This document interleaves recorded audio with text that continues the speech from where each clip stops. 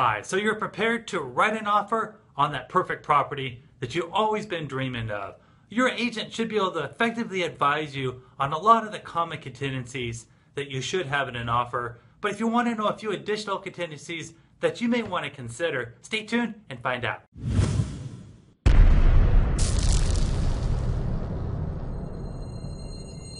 Here are a few additional contingencies that may apply to that property that you're looking to write an offer on. So let's get started. Survey and lot lines. A lot of times it's very important to know exactly where your corner pins are located at. Even if you see markings and existing pins, it doesn't mean that's exactly where the property corners are, as a neighbor could have moved the property corners.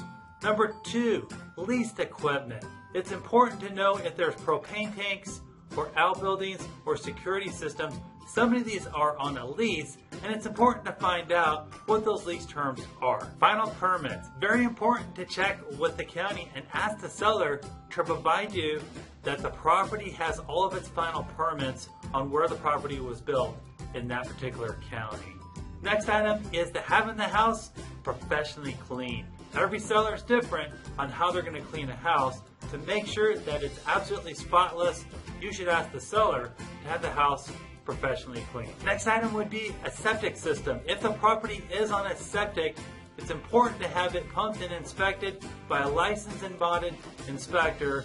Next item would be the well. If a property is on a well, it's important to know if it's a owned well or a shared well. Also, you should have the property tested for water quality and to know what the gallons per minute are by asking the seller to perform a 2, 3, or 4 hour well flow test. The last item to consider for additional contingencies would be due diligence.